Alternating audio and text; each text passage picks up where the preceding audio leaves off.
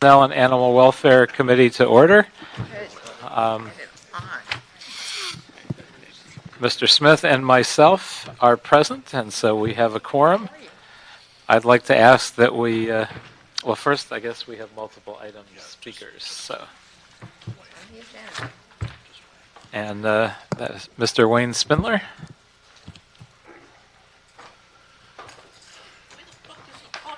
Call my card.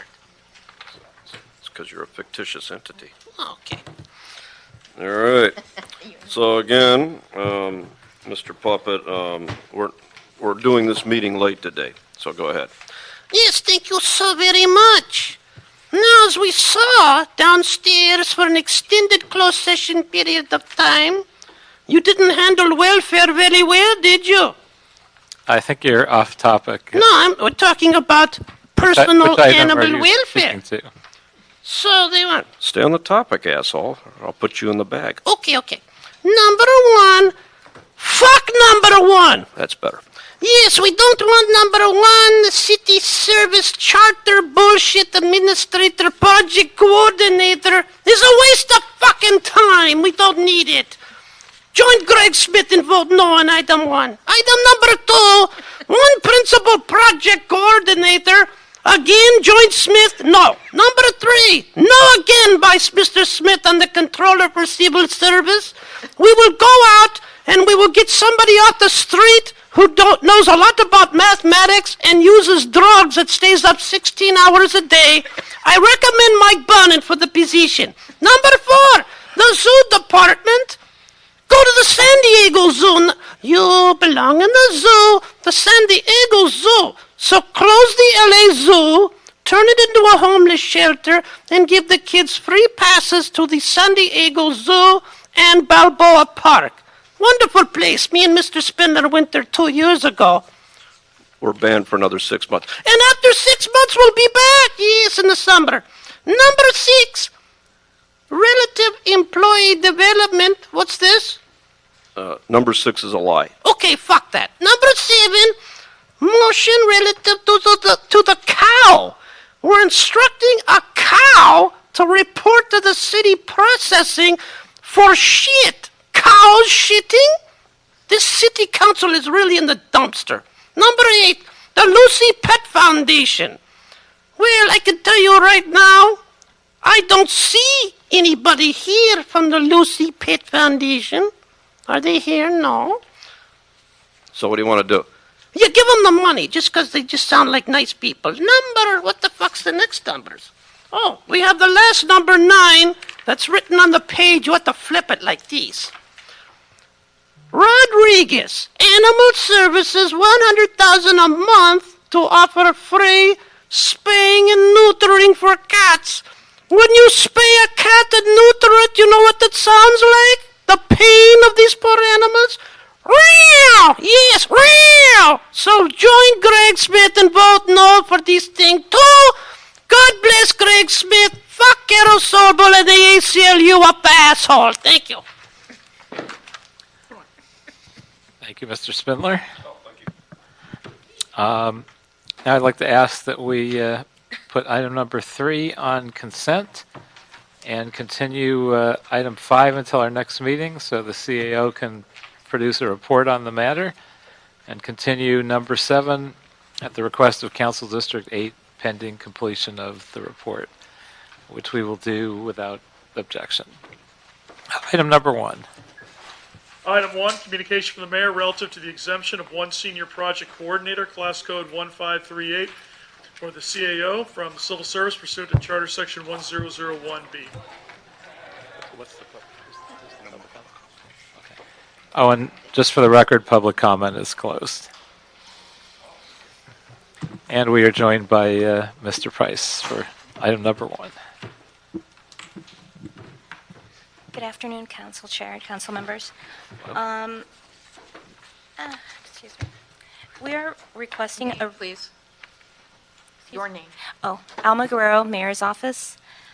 We are requesting a re-exemption for a senior project coordinator for the CAO's office. This is, it's a position that was approved in the budget. and it would be the 145th of 150 exemptions. So it would be part of the 150. And where are we with the CRA properties that we still have? I'll call up CAO. Okay. Are we still collecting taxes on them, and are they still covenanted, and what are we doing with them in general?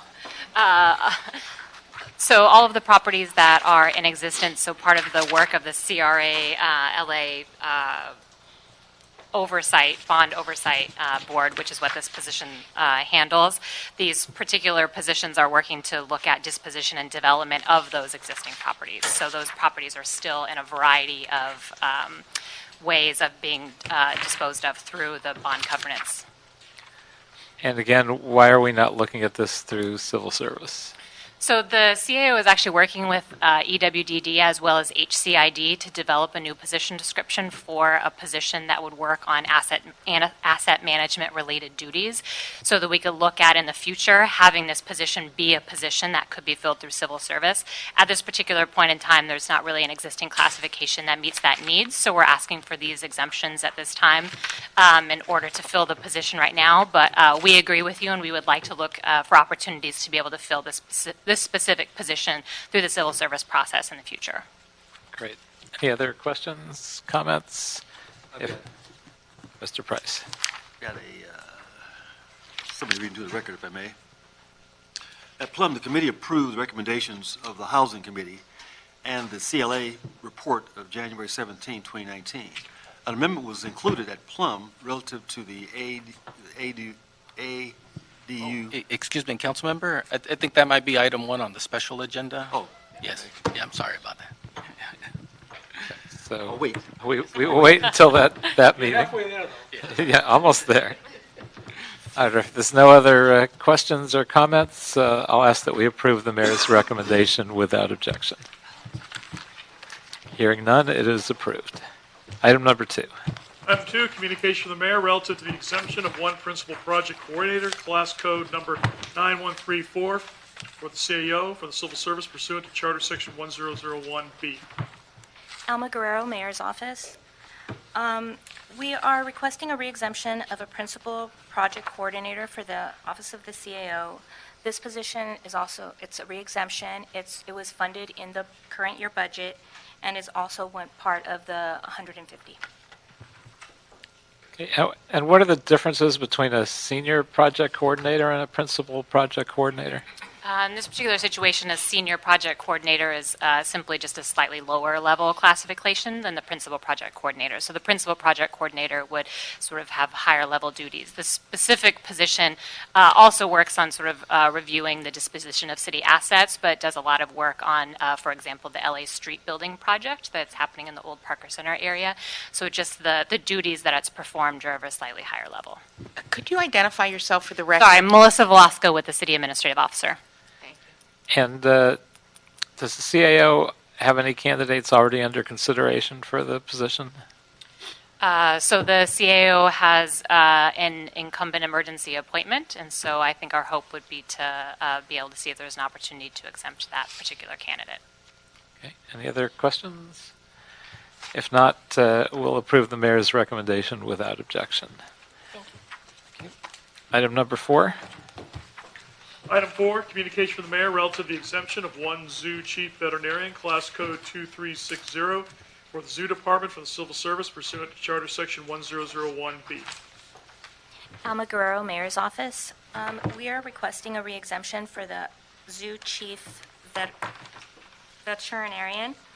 And this is a position that is in the current year's zoo's budget, and it would be part of the 150. It had previously been exempted, and in hopes to find civil service, we were hoping to not have to do this, but we are requesting a re-exemption. And is this position at the level of an AGM equivalent, or where does it come in on this? It's below, I'm Denise Verrett, I'm the acting general manager of the zoo department. It's below an assistant general manager, so it's like a division head level. And how does the zoo recruit for its full-time and part-time subordinate veterinarians?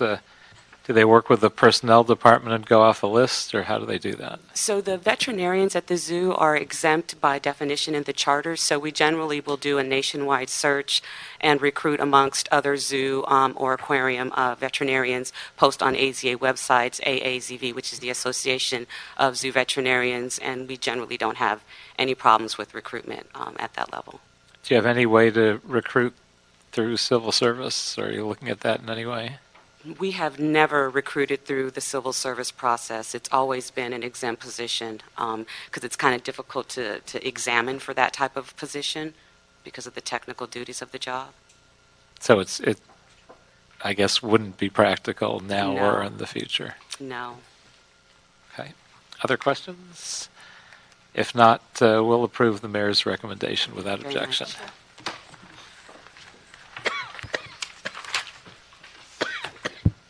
Item number 6. Item 6, Personnel Department report relative to employee development in fiscal year 2017-18.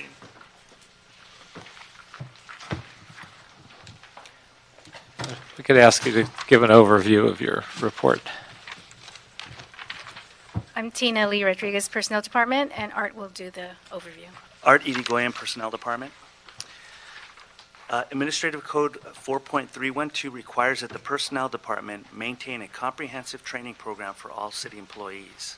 It requires that we report to the council annually on the progress of training in all city departments except the proprietary departments. This report covers fiscal year 2017-18. The Personnel Department provides the bulk of its training online through Cornerstone. Just over 60,000 mandatory training courses were completed during the fiscal year, plus 16,000 non-mandatory courses were completed. During this reporting period, there were more in-person training sessions logged by department training coordinators. 277 training sessions were registered and tracked through the Cornerstone system. This constitutes training for over 3,000 employees. Compliance training that was completed regularly in the system includes preventing sexual harassment, which we checked for compliance in late December 2017, early January 2018.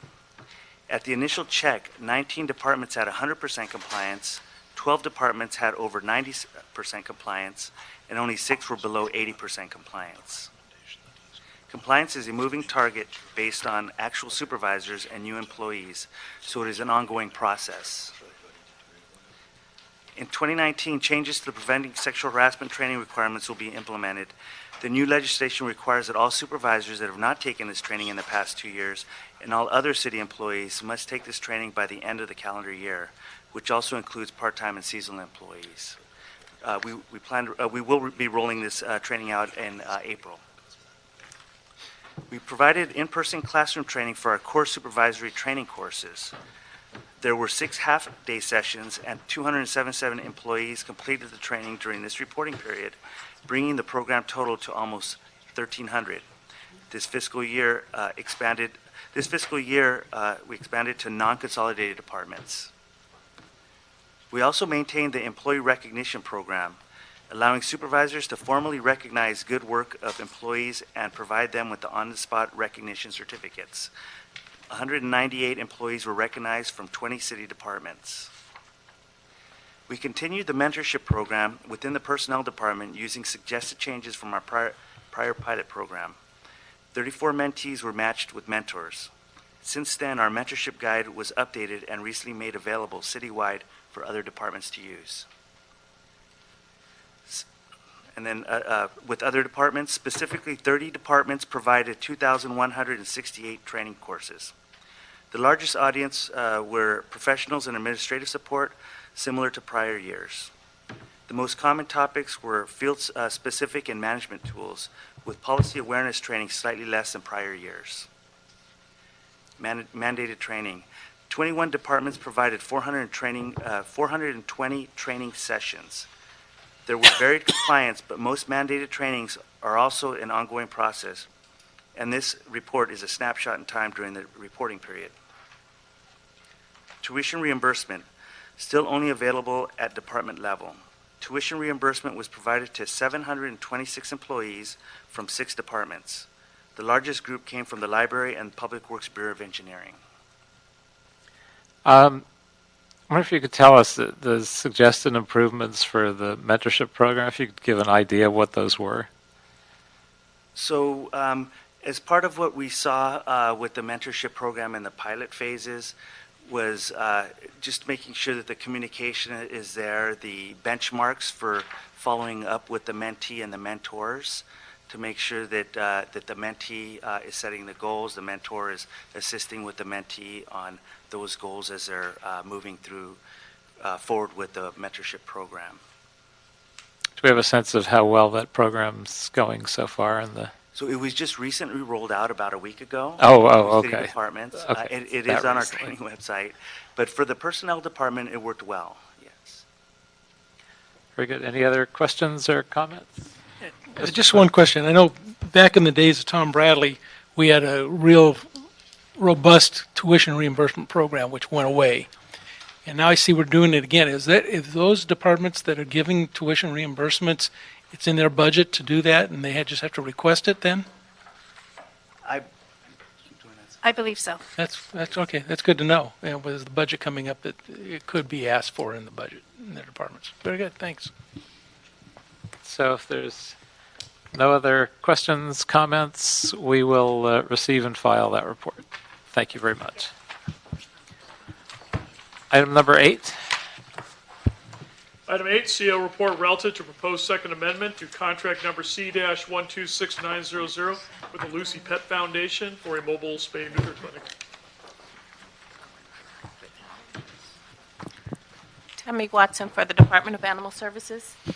Brian O., Office of the CAO. The Animal Services Department requests authority to execute the Second Amendment to their contract with the Lucy Pet Foundation. The Second Amendment will extend the term of the agreement from December 21st, 2018 through December 20th, 2019. And the Second Amendment will also provide an update to the reimbursement rates for the spay and neuter surgeries, as well as adding spay and neuter of rabbits into the scope of services. The Second Amendment also clarifies language denoting the services are only applicable to low-income residents of the city of Los Angeles, as well as allowing animal owners to complete an affidavit claiming low-income status and residency within the city of Los Angeles. So is there any kind of an awareness campaign planned around the rabbits? Because otherwise people have no idea that that's available. Defer to the Animal Service Department. I'm sorry, your question is awareness program for the spay and neuter for rabbits? Was that your question? Yeah, because nobody's expecting that right now, so you probably won't get a lot of accessing of the service unless you do some good awareness campaign. We are working on awareness campaign for all of our spay neuter programs, and so the rabbits will be included in that marketing, the marketing for spay and neuter surgeries. Do we think it's an adequate campaign to get that word out specifically? We can work on improving it. We're going to be launching a large campaign for our free surgeries soon, and so we can include it in that campaign. Hopefully we can do some easy things maybe separately around the rabbits, because I think there'll be a lot less awareness of it, like putting something on Channel 35 and other relatively easy steps. And Channel 35 has offered to do some promotional videos for us and some campaigns, so we'll work with them on that. And then we also have other advertisements that we do with KTLA and other media outlets that we can use to promote that. Great. And I know we're changing in terms of dealing with low income status. Do we think that will reduce the amount of utilization and demand for it? How do we think that'll work out? The change as far as the affidavits? Mm-hmm. We've been using that for a while now, and it has increased the number of customers who are applying for the vouchers for spay and neuter surgeries. Oh, great. Okay. Any other questions, comments on this one? If not, we will approve that. So, thank you. Item number 9. Item 9, motion, Carets Rodriguez, relative to authorizing Department of Animal Services to spend up to $100,000 a month in each of March and April 2019 to offer free spay neuter surgeries for cats. So the Tammy Watson, Department of Animal Services, and the department is requesting authorization to spend $100,000.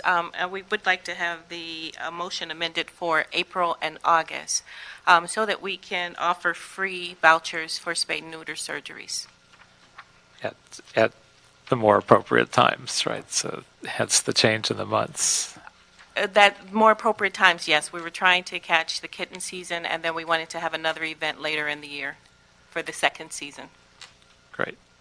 Any other questions? How many will be able to neuter?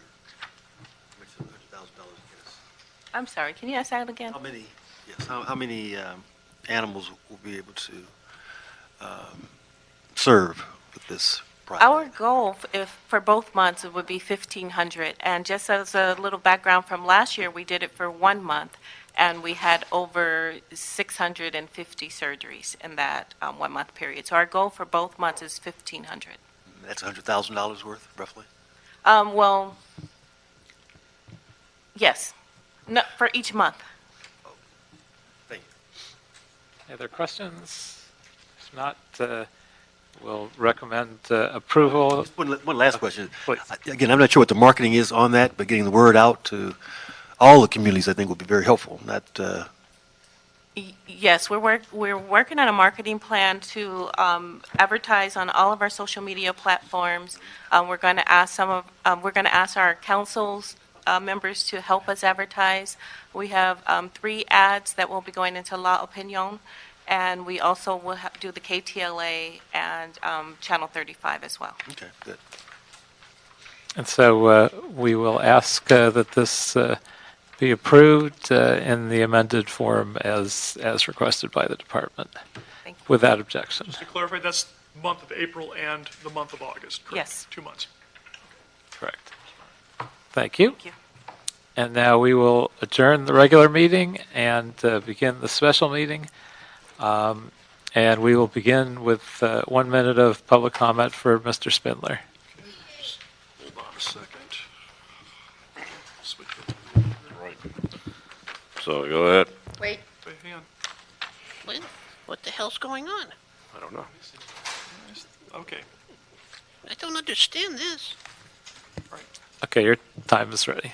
Oh, see what he did? He tricked me and took it fucking 6 seconds away from me, the diversion tactic bitch. Okay, so what do we do with these? This is what Gordon Bryce came up to talk about. The linkage fee. Yes. The department adopting guidelines for this housing linkage revenue FBI fraud money laundering fee. And this is the reason why, after Greg Smith leaves and votes no on this, he's going to contact the FBI immediately to open up another grand jury on this one. Yes, because he's tired of this shit. He's tired of linkage fees. He's tired of taxes. He's tired of settling lawsuits. Greg Smith wants to take a bulldozer to the whole fucking city and rebuild it. I say yes, and let's let Del Richardson plan the whole thing. Fuck the FBI and fuck this meeting. Thank you so much. And you have 6 more seconds if you want it. Oh, 6 more seconds. Oh, yes, thank you, Councilman Carets, for giving me the 6 seconds. Sell out. That's not good. He's a nice guy. All right, so we have staff to speak to this item once you have read the item. CLA, CEO, and LA Housing Community Investment Department reports relative to adopting guidelines for the expenditure of housing linkage fee revenue. This matter has also been referred to the Housing and the Planning and Land Use Management Committees. Welcome. Thank you. Good afternoon. Dora Huerta with the Office of the Chief Legislative Analyst. In the CLA report before you, our office makes several recommendations relative to the linkage fee expenditure plan. Our office recommends that the plan itself, as proposed by HCID, be further defined and be forwarded to the Linkage Fee Oversight Committee for its review. The expenditure plan proposes to fund several programs, 12 programs, of which 9 have not been fully developed. To date, the linkage fee revenue has accumulated at about a total of $3 million. Our report recommends that one position be funded as requested by HSID and another position at 50% to help carry out a lot of the requirements demanded by the linkage fee ordinance, as well as to fully develop the programs that have not been developed to date. We also recommend and authorize, or would like the council to authorize, HSID's ability to use up to $75,000 for a consultant to further define those programs. This item was heard by Housing, and one technical amendment was made there relative to recommendation number 3 in our report, that the position to be funded in HSID's policy unit, not its Housing Bureau unit. During Plum yesterday, there were 2 additional recommendations made. One was to authorize the release of up to $1 million in linkage fee revenue, subject to the approval of the ADU program. The other recommendation made was for HSID to report on how to prioritize the use of linkage fee revenue for 3 existing programs, and to report on how to address the backlog in those programs. And those 3 programs are the managed pipeline and the low and moderate income purchase assistance programs. Sean Spear, Assistant General Manager for Housing Development with the Housing Department.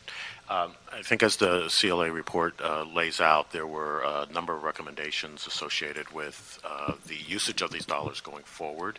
The idea for these positions, as the CLA representative mentioned, is to essentially begin the groundwork for implementing the usage of the dollars through a set of both existing and potentially new programs that would be developed over the next several months. And how much money has the linkage fee brought in so far? Do we have an idea? Just a little bit over $3 million at this point. It was mentioned yesterday in committee, the full fee has not been put in place yet. That will become effective in June. So it's hoped that the receipts at that point will start to ramp up, and we'll have a greater amount of dollars available for the programs. And I wonder if you could summarize the types of programs in a little more detail, including the ADU program. Sure. So to give you a little bit of a context, we went through an exhaustive stakeholder process in which we had folks from the housing industry. These were everyone from developers to community interests to advocates, looking at ways to use these dollars, in part because they are fairly flexible in terms of their usage for the creation of affordable housing. So the ultimate set of programs that were identified both looked at being able to augment existing programs, namely through the trust fund, the Affordable Housing Trust Fund, and the managed pipeline, as well as looking at new homeownership opportunities, and then also looking at a small innovation program, innovation demonstration program that we would hopefully be able to garner new ways of looking at developing affordable housing going forward. So the key thing is, was also discussed yesterday, was that the initial receipts for the programs, we have existing backlogs in terms of more projects than we have funding available under the managed pipeline. We also have a waiting list in terms of folks that would be interested, particularly in our moderate income down payment assistance program. So the thought is that we would at least prioritize these initial receipts towards those existing programs, being able to serve more people while we design the larger programs that will go forward, and hopefully at the end of the day be able to serve a much more wider breadth of households in need of new housing. And I wonder if you could give us a little more detail on the duties of the management analyst and the housing planning and economic analyst. Sure. So I'll speak to the management analyst because that would be essentially in my shop. And Claudia Monterosa, who's here as our policy director, can speak more specifically to the HEPA position.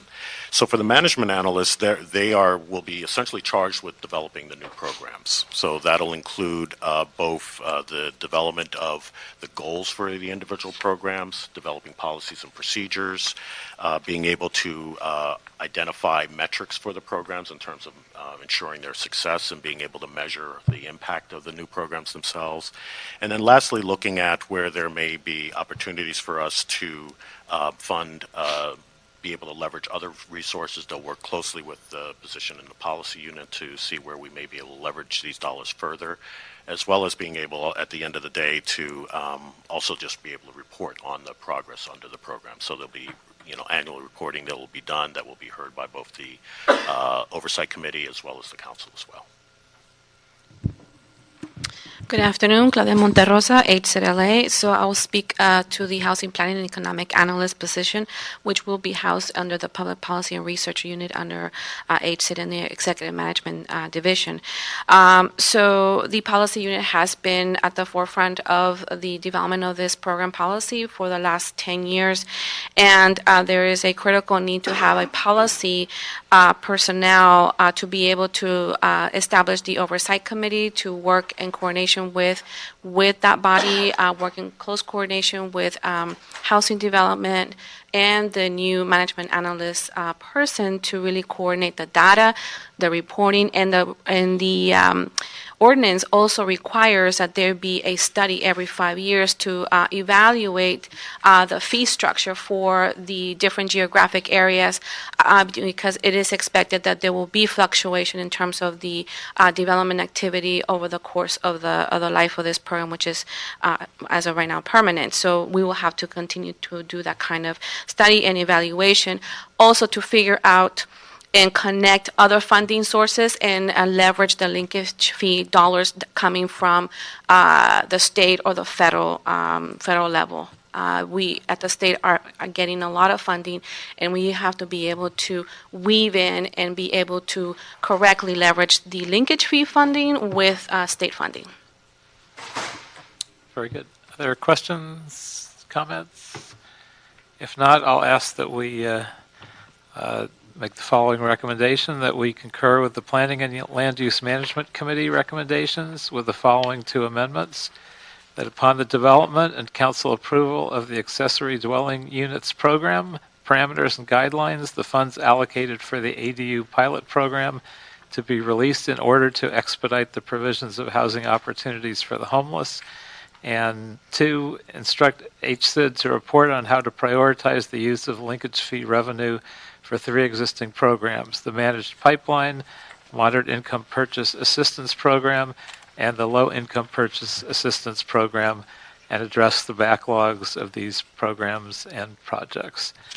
And we will approve that without objection. Mr. Chairman? Yes. Let me just add one other sentence, if I may, to that. Certainly. Also request that our action today require any housing programs that intend to utilize linkage fee funds be subject to council approval prior to the release of any linkage fee funds.